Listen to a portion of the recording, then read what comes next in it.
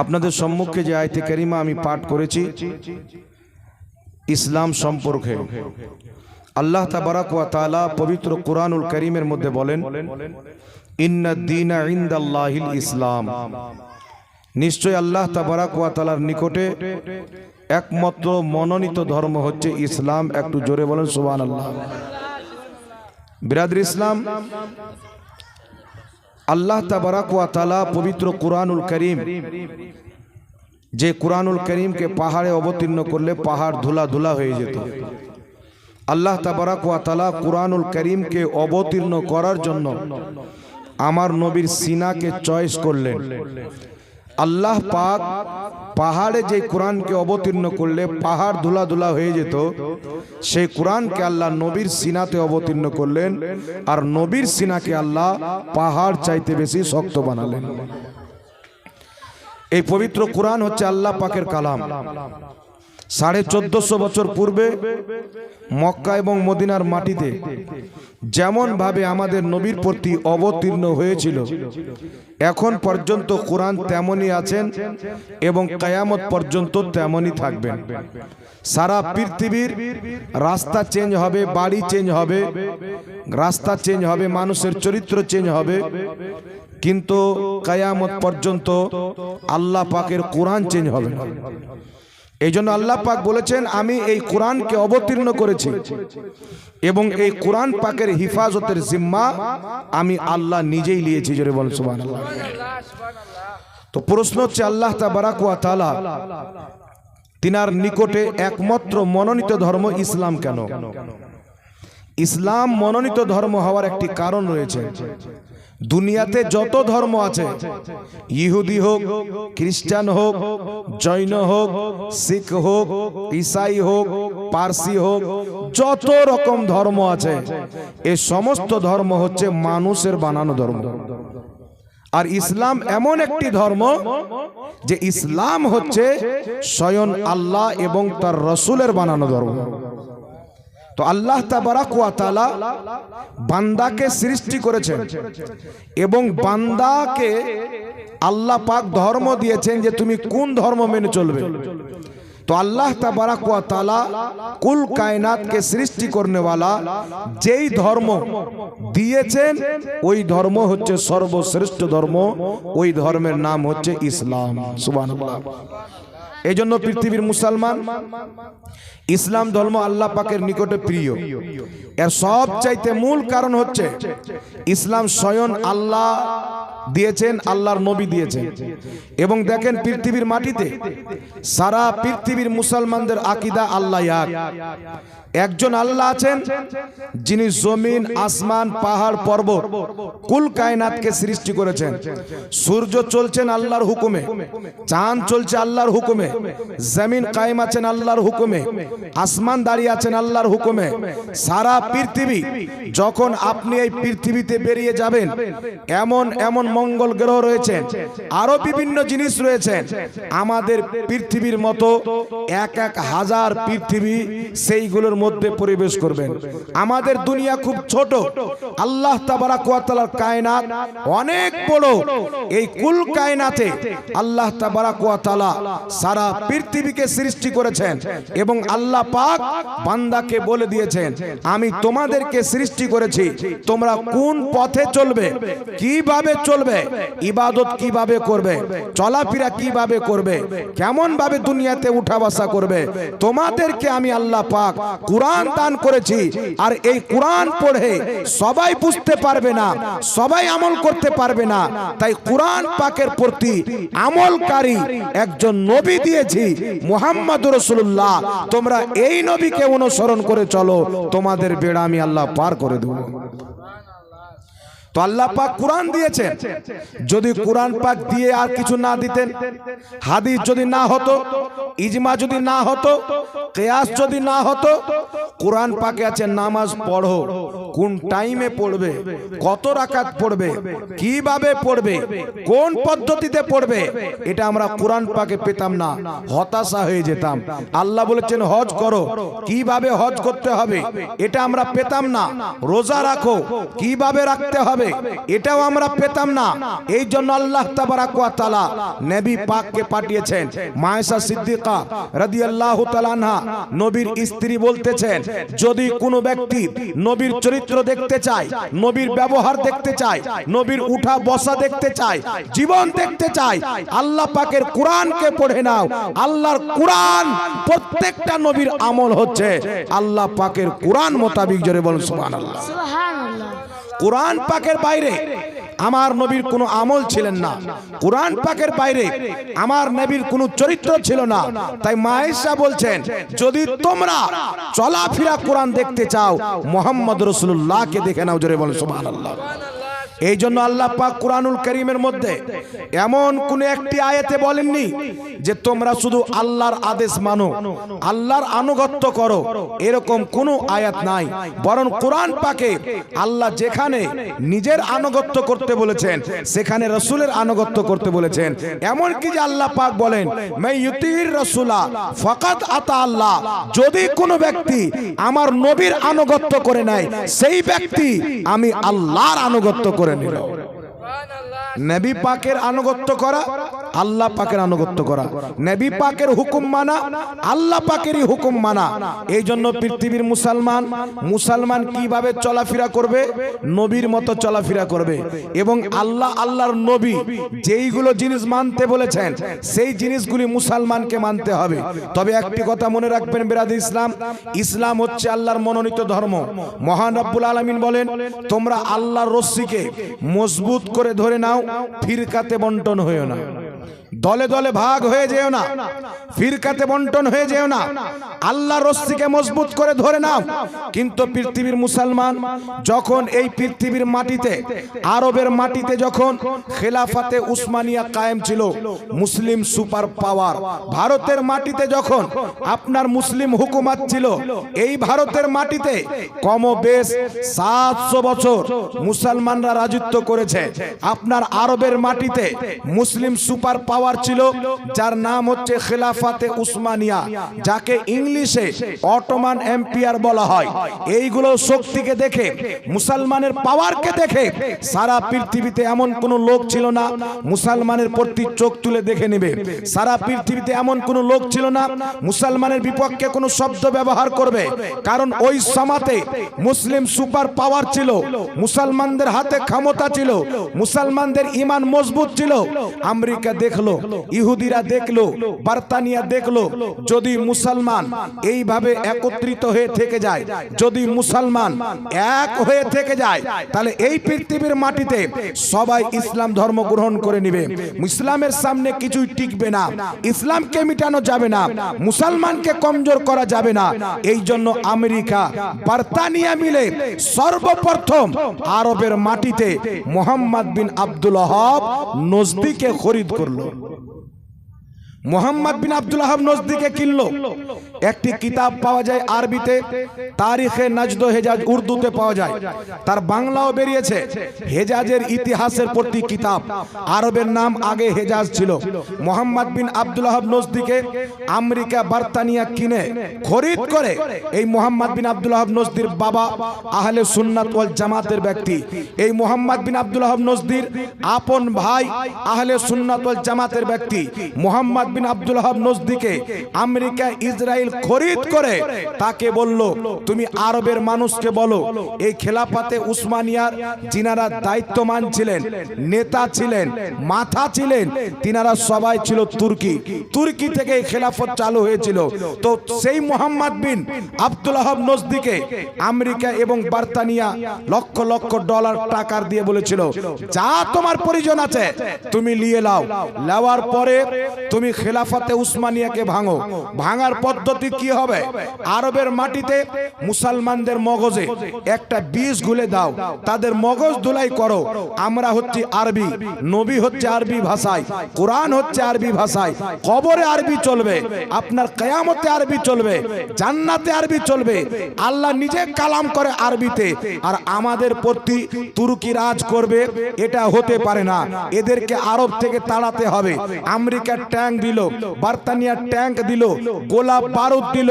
মোহাম্মদ বিন আব্দুল ওয়াহাব নজদি লক্ষ লক্ষ মুসলমানকে আরবের মাটিতে হত্যা করলো শিরকের ফতোয়া দিয়ে, বিদাতের ফতোয়া দিয়ে। হাজার হাজার মুসলমানকে তারা কতল করলো।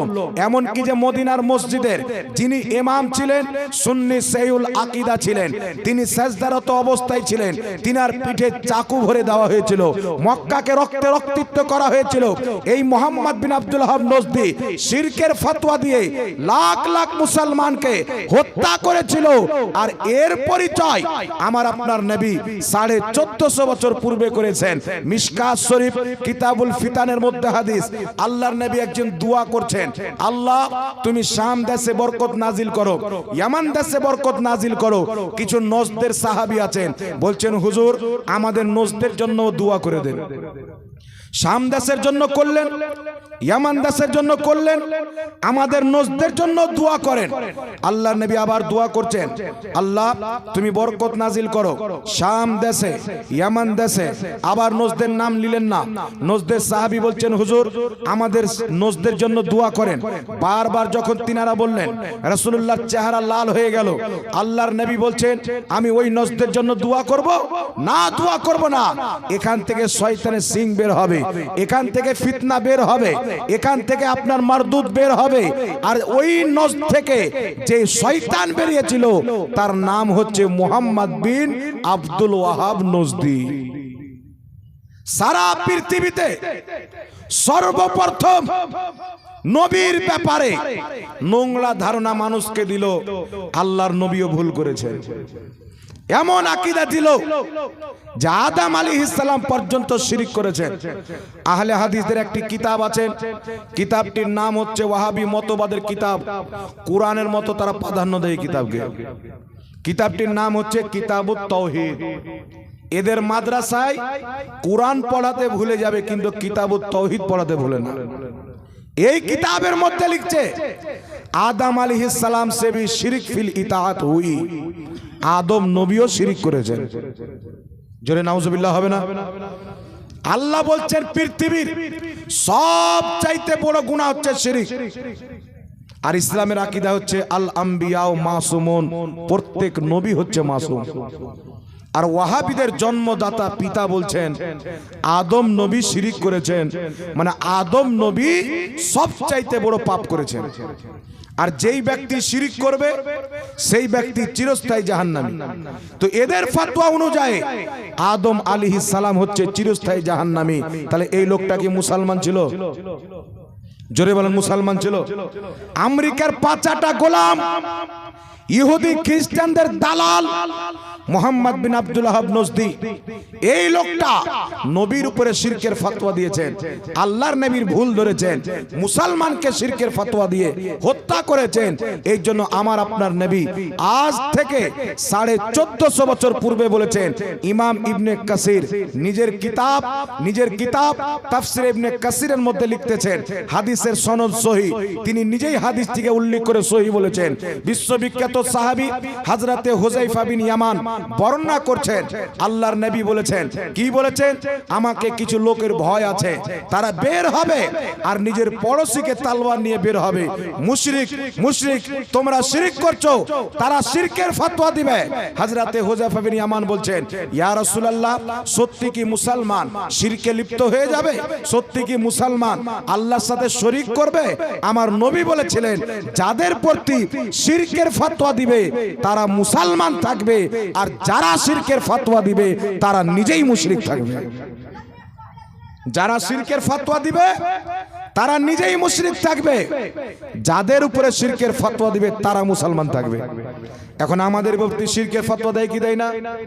এদের সারা নীল আকাশের নিচে আল্লাহর জমিনের মাটিতে এমন কোন আহলে হাদিস মায়ের দুধ পান করেনি যে সুন্নি জামাতের একটা কোন আকীদাকে আমলকে শিরক প্রমাণ করতে পারবে। আমার বেঁচে থাকা পর্যন্ত চ্যালেঞ্জ থাকলো মুসলমান, বিমল দাসের বেটা হোক বা পৃথিবীর যেখানকার হোক, আল্লাহর কসম খেয়ে বলি আহলে হাদিসদের আকীদাকে আমি শিরক প্রমাণ করতে পারবো, কিন্তু আমাদের আকীদাকে শিরক প্রমাণ করার মতো কোনো মায়ের লাল জন্ম নেয়নি। কারণ আমাদের ওটাই আকীদা যেটা সাহাবা ও সালাফদের আকীদা মুসলমান, যেটা সাহাবা ও সালাফদের আকীদা। এখন আপনার সামনে নবী পাকের হাদিস কেমন ভাবে বাস্তবায়ন হয় দেখেন। রাসূল করিম সাল্লাল্লাহু আলাইহি ওয়াসাল্লাম বললেন কি, মুসলমানের উপরে শিরকের ফতোয়া দিবে, বুখারী মুসলিমের মুত্তাফিকুন আলাইহি হাদিস। রাসূল পাক সাল্লাল্লাহু আলাইহি সাল্লাম বলছেন, তোমরা আমার পরে কোনোদিন শিরক করবে না, তবে আমাকে এই কথার ভয় আছে যে তোমরা আমার পরে দুনিয়াদার হয়ে যাবে, দুনিয়ার লালচে পড়ে যাবে, কিন্তু তোমরা কোনোদিন শিরক করবে না। আমাদের প্রতি যেইগুলো বিষয় নিয়ে শিরকের ফতোয়া দেয়, বিদআতের ফতোয়া দেয়, এখানে অসংখ্য আপনারা মিডিয়ার লোক দেখতে পাচ্ছেন। আমি চ্যালেঞ্জের সাথে বলতেছি, যেইগুলো বিষয় নিয়ে আমাদের প্রতি শিরক বিদআতের ফতোয়া দেয়, সেম ওয়াহাবিদের কিতাব থেকে তাদের ফতোয়া তাদের প্রতি যদি না চড়াইতে পারি, বাংলার মাটিতে ওয়াজ করব না মুসলমান। তাদের কি শিরকের আকীদা শুনেন, আমাদের উপরে শিরকের ফতোয়া দেয়, এর বিশ্লেষণ পরে করছি। তাদের শিরকি আকীদা হচ্ছে কি? ওয়াহাবিদের আকীদা হচ্ছে আল্লাহর হাত আছে, আল্লাহর পাও আছে, আল্লাহর চেহারা আছে। তাকে বলেন দলিল কি? মুসলমানের যুগ যুগ থেকে আকীদা হচ্ছে আল্লাহ নিরাকার, অঙ্গ পতঙ্গ থেকে পবিত্র। হঠাৎ করে 2025 সালে তোমরা বলছো আল্লাহর আকার আকৃতি আছে, তো দলিল পেশ করো। তখন আপনাকে কোরআন দেখাবে। এই কোরআন পাকের মধ্যে সূরাতুল ফাতহা আয়াত নাম্বার 10 আল্লাহ পাক বলেছেন, নবী যারা তোমার হাতে বায়াত গ্রহণ করে তারা আমি আল্লাহর হাতে বায়াত গ্রহণ করে, আমি আল্লাহর হাত তাদের হাতের উপরে। এই কোরআন পাকে আছে জাহান্নামীদেরকে আল্লাহ জাহান্নামে দিবেন, জাহান্নাম বলবে আল্লাহ আরো দাও আরো দাও, আল্লাহ নিজের পাও জাহান্নামে রেখে দিবেন। তার মানে আল্লাহর পাও আছে। চেহারার কথা আল্লাহ বলেছেন, তো আল্লাহর হাত কথা বলেছেন, পায়ের কথা বলেছেন, চেহারার কথা বলেছেন। এর মানে আল্লাহর দেহ আছে। যদি দেহ না থাকে হাত কি করে হবে? দেহ না থাকে চেহারা কি করে হবে? পাও না থাকে তো চেহারা, দেহ না থাকে তো পাও কি করে হবে? এর মানে আল্লাহর দেহ আছে। কেমন দেহ আছে? আহলে হাদিসের ইমাম ওয়াহিদুজ্জামা তারিখে আহলে হাদিস বলে একটি কিতাব আছে আহলে হাদিসদের, সেই কিতাবের মধ্যে লিখেছে ওয়াহিদুজ্জামাকে যে সেই ব্যক্তি ইমামুল আহলে হাদিস ছিল, মানে আহলে হাদিসের ইমাম, ছোট মোটো মৌলবি নয়। সে নিজের কিতাব হাদিয়াতুল মাহদির মধ্যে লিখতেছে, কি লিখতেছে? হাদিয়াতুল মাহদির মধ্যে লিখছে আল্লাহর ওরকমই হাত আছে যেমন মানুষের হাত আছে, মানুষের যেমন পাও আছে আল্লাহরও তেমন পাও আছে, মানুষের যেমন চেহারা আছে আল্লাহরও তেমন চেহারা আছে, মানুষের যেমন দেহ আছে আল্লাহরও তেমন দেহ আছে। খোদার কসম খেয়ে বলি, আল্লাহকে মানুষের সাথে তুলনা করার কারণে এটা সবচাইতে বড় শিরক আছে মুসলমান। এই আকীদা কাদের? ওয়াহাবিদের ইমাম ওয়াহিদুজ্জামা। আর এদেরকে ফলো করে ওয়াহাবি জামাত চলে। কথা বুঝতে পারছেন? ওয়াহাবিদের গুরু নবাব সিদ্দিক হাসান কা ভোপালী সে নিজের কিতাবের মধ্যে লিখেছেন আল্লাহর হাত পাও চোখ নাক সব আছে, অর্থাৎ আল্লাহ পাকের দেহ আছে। আর মানুষের সাথে তুলনা করেছেন। এটা নয় যে আল্লাহর দেহ আল্লাহর মতন আছে, বলছে মানুষের মতন আছে। তবে মনে রাখবেন মুসলমান, আমি সারা পৃথিবীর লামাযহাবিকে চ্যালেঞ্জ করতে চাই, একজন ইমাম ইমাম আকীদার ইমামের কিতাব থেকে দেখাও, একজন মুফাসসিরের কিতাব থেকে দেখাও, কোন মুফাসসির এইগুলি আয়াতের অর্থ আল্লাহ পাকের দেহ নিয়েছেন, আকার আকৃতি নিয়েছেন, একজন মুফাসসির দেখাও। খোদার কসম কিয়ামত পর্যন্ত দেখাতে পারবি না, কারণ এই আকীদা হচ্ছে ইহুদির দেওয়া আকীদা, খ্রিস্টানের দেওয়া আকীদা, কিন্তু আমাদের আকীদা হচ্ছে আল্লাহ নিরাকার। এটা আমাদের বানানো আকীদা নয়, এটাই হচ্ছে পূর্বের সমস্ত ইমামের আকীদা। আমাদের আকীদা আল্লাহ নিরাকার, এটা হচ্ছে পূর্বের সমস্ত ইমামের আকীদা। আর যত দলিল লাগবে আমরা দলিল দেব ইনশাআল্লাহ, কিন্তু আল্লাহর আকার আকৃতি আছে। ওয়াহাবি মতবাদের কাটমুনসি ছাড়া পৃথিবীর কোন ইমাম নিজের কিতাবে আল্লাহর আকার আকৃতির কথা লেখেনি। এখন প্রশ্ন হলো, হুজুর আল্লাহ পাক হাতের কথা বলেছেন, পায়ের কথা বলেছেন, তাহলে এইগুলো আয়াতের অর্থ কি হবে? মনে রাখবেন মুসলমান, এই কোরআন পড়ে অনেক লোক পথভ্রষ্ট হবে, এই কোরআন পড়ে অনেক লোক হেদায়েত পাবে। আমার আল্লাহ নিজে কোরআন পাকে বলেছেন, তাই কোরআন থেকে দলিল দেনেওয়ালা প্রত্যেক ব্যক্তি হেদায়েত প্রাপ্ত হয় না। কোরআন পড়ে আপনার ঈমানও চুরি করবে। এই জন্য নবী বলেছেন আমার উম্মতের নামে 73 ফিরকা হবে। কত? আমার উম্মতের নামে 72টি জাহান্নামী হবে, একটি জান্নাতি। নবী বলেছেন যারা জাহান্নামী হবে তারা জান্নাতি দলের চাইতে নামাজ বেশি পড়বে, রোজা বেশি রাখবে, কোরআন বেশি তেলাওয়াত করবে, কিন্তু ইসলাম থেকে তারা এমন ভাবে বেরিয়ে যাবে যেমন তীর কামান থেকে বেরিয়ে যায়। তীর যেমন কামান থেকে বেরিয়ে যায়, তারা ইসলাম থেকে বেরিয়ে যাবে। বলার উদ্দেশ্য হচ্ছে মুসলমান, আল্লাহ পাক কোরআন পাকে হাত বললেন, পাও বললেন, চেহারা বললেন। তো হুজুর হাত বলতে তো আকার আকৃতি বুঝায়, চেহারা বুঝায়, পাও বলতে তো আকার আকৃতি বুঝায়। তো আল্লাহর এইগুলো আয়াত আল্লাহ যে কোরআন পাকে দিয়েছেন, এইগুলোর অর্থ কি হবে? আমি কি অর্থ বলবো? উঠান আল্লাহ পাকের কোরআন। এই কোরআনকে বুঝতে গেলে আয়াতে মুতাশাবিহাত কাকে বলে এটা বুঝা জরুরি। আয়াত মানসুখ কাকে বলে, নাসিখ কাকে বলে, মুহকাম কাকে বলে, হুরুফে মুকাত্তাত কাকে বলে, এই সমস্ত জিনিস আপনার জন্য বুঝা হচ্ছে জরুরি। এখন আল্লাহ হাত বলেছেন, পাও বলেছেন, চেহারা বলেছেন, এইগুলো হচ্ছে আয়াতে মুতাশাবিহাত। আর পবিত্র কোরআন পাক সূরা আলে ইমরান আয়াত নাম্বার 7 এর মধ্যে আল্লাহ পাক বলেছেন আয়াতে মুতাশাবিহাতের অর্থকে লাড়াঘাটা করে অনেক লোক পথভ্রষ্ট হবে। আয়াতে মুতাশাবিহাতের জাহিরি অর্থের প্রতি ঈমান আনা যাবে না। যেমন আল্লাহ পাক বলেছেন আর রহমানু আলাল আরশে ইস্তাওয়া, আল্লাহ আরশে ইস্তাওয়া করলেন, যেমন তার শানের যোগ্য। আর ইস্তাওয়া শব্দের অর্থ কি? সমাসীন, বসা। কিন্তু আল্লাহ বসা থেকে পাক, সমাসীন হওয়া থেকে পাক। আরশ হচ্ছে একটি জায়গা, আল্লাহ জায়গা থেকে পাক। কারণ জায়গা যখন ছিল না আল্লাহ তখন ছিল, আরশ যখন ছিল না আল্লাহ তখন ছিল। তো কোন ব্যক্তি যদি এই আয়াতে মুতাশাবিহাতের অর্থ করে আল্লাহ আরশে বসেছেন, আরশ হচ্ছে আল্লাহর জায়গা, তাহলে আকীদার ইমামগণ লিখেছেন, আকীদাতুত তাহাবির মধ্যে, শারা আকাইদে নাসাফির মধ্যে লেখা আছে লা ইয়াতামাক্কানু ফি মাকান। কোন ব্যক্তি যদি আল্লাহর আকার আকৃতি মানে, কোন ব্যক্তি যদি আল্লাহর জন্য জায়গা নির্দিষ্ট করে, সেই ব্যক্তি কাফির হয়ে যাবে। কারণ আল্লাহর জন্য কোনো জায়গা নাই, আল্লাহ জায়গা থেকে পাক। একজন ব্যক্তি কম্পিউটার সৃষ্টি করে, তৈরি করে, সৃষ্টি নয় তৈরি করে, কিন্তু কম্পিউটারের ভিতরে কি সেই ব্যক্তি থাকে? একটু জোরে বলেন না। এখন আল্লাহ পাক কুল কায়নাতকে বিষ্টন করে আছেন।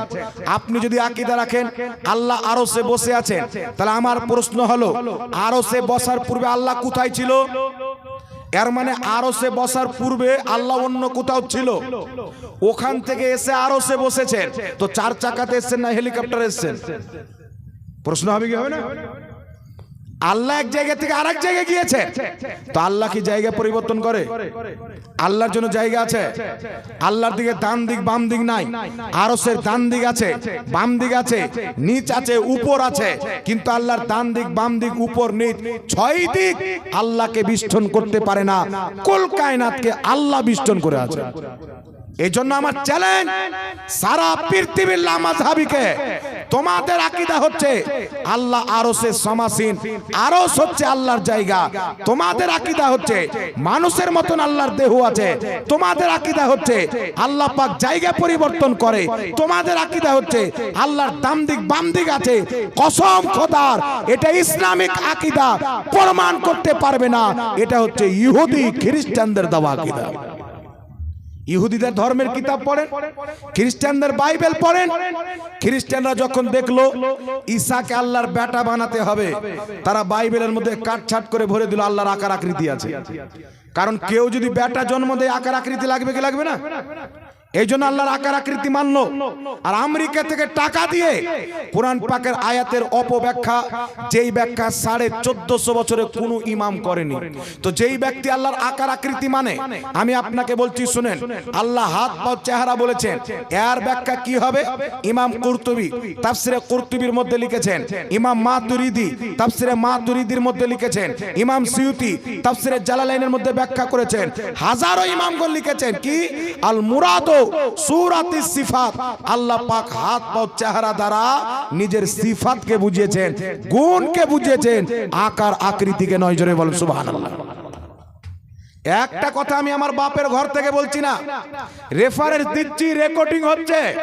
যদি কোনো লামাযহাবী বলে যেই কিতাবে রেফারেন্স দিয়েছে সেই কিতাবে এই ইবারত নাই, জুতোর গলা মালাই দিয়ে বাড়ি যাব মুসলমান। হিম্মত থাকলে কেউ প্রমাণ করুক। ইমামদের আকীদা কি ছিল, মুহাদ্দিসদের আকীদা কি ছিল, ওই আকীদা আপনার সামনে তুলে ধরছি। আল্লাহর কসম খেয়ে বলি, পূর্বের মুহাদ্দিসদের আকীদাকে যদি আজ মানুষের সামনে রাখা হয়, খোদার কসম খেয়ে বলি, মুহাদ্দিসদের আকীদা ওটাই ছিল যেটা বর্তমানে সুন্নিদের আকীদা। জোরে বলেন সুবহানাল্লাহ। এই জন্য বিরাদর ইসলাম, ইমাম মাতুরিদি আকীদার ইমাম। তারপরে চলে আসেন বিশ্ববিখ্যাত ইমাম ইমাম বাইহাকি রাহমাতুল্লাহ আলাইহি। পাঙ্খা আমার দিকে দিয়েন না, হ্যাঁ ভাই, আপনার দিকে করলেন, আমার দিকে দিয়েন না।